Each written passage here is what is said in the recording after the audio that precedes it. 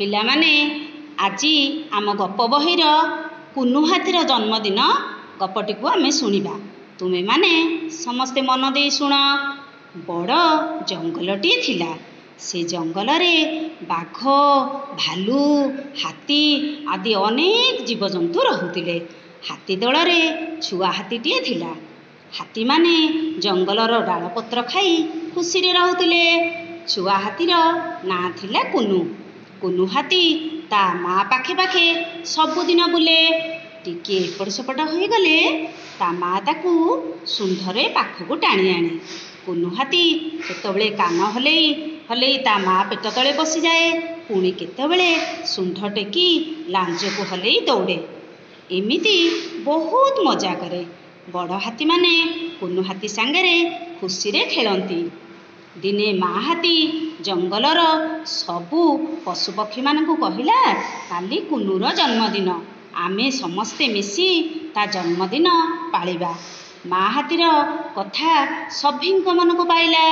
ସମସ୍ତେ ଭେଁ ଶବ୍ଦ କରି ଶୁଣ୍ଢ ଉପରକୁ ଟେକି ମୁଣ୍ଡ ହଲାଇଲେ।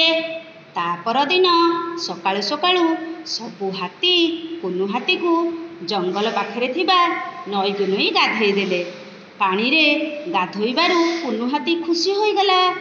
ପାଣିରେ ଶୁଣ୍ଢ ବୁଡ଼ାଇ ଘୁଡ଼ୁ ଘୁଡ଼ୁ ଶବ୍ଦ କଲା। ସବୁ ହାତୀ କୁନୁ ହାତୀକୁ ଗୋଟିଏ ପଥର ଉପରେ ବସେଇ ଦେଲେ। ଗୁଣ୍ଠୁଣି ହାତୀଟିଏ ଦୌଡ଼ି ଦୌଡ଼ି ଯାଇ ଚନ୍ଦନ କାଠ ଆଣିଲା।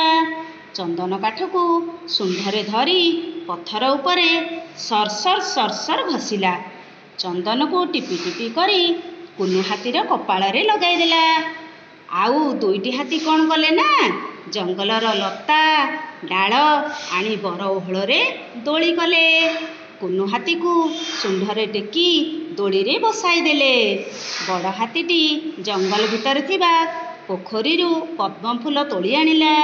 ସେହି ଫୁଲକୁ କୁନୁ ହାତୀର ଦୁଇ କାନରେ ଖୋସିଦେଲା। କୁନୁ ହାତୀର କାନରେ ପଦ୍ମ ଫୁଲ କାନଫୁଲ ପରି ଦେଖାଗଲା। ଆଉ ଗୋଟିଏ ହାତୀ ନସର ପସର ହୋଇ ଦୌଡ଼ି ଦୌଡ଼ି ଯାଇ ବଡ଼ ପାଚିଲା କଦଳୀ କାନ୍ଧି ନେଇ ଆସିଲା।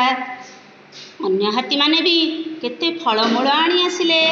ସମସ୍ତେ ଏକାଠି ହୋଇ ଜଣକ ଶୁଣ୍ଢରେ ଆଉ ଜଣକ ଲାଞ୍ଜ, ଆଉ ଜଣକ ଶୁଣ୍ଢରେ ଆଉ ଜଣକ ଲାଞ୍ଜ, ଏମିତି ଧରାଧରି ହୋଇ ଗୋଲ ହୋଇ ଠିଆ ହେଲେ। ଜନ୍ମଦିନ ଗୀତଟିକେ ଗାଇଲେ।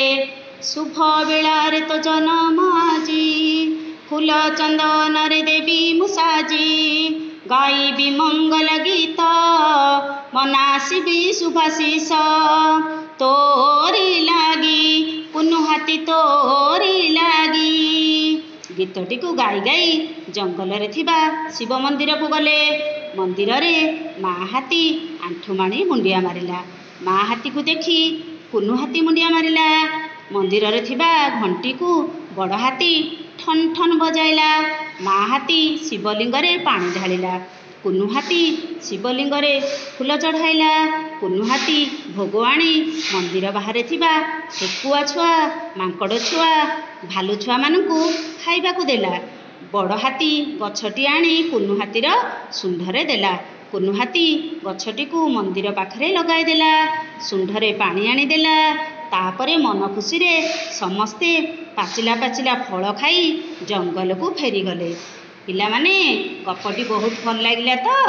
ଆଉ ଘରେ ମା ମାନଙ୍କୁ କହିବ ଆଉ ଥରେ ଶୁଣାଇ ଦେବେ। ତୁମେମାନେ ସବୁ ମନେ ରଖିବ।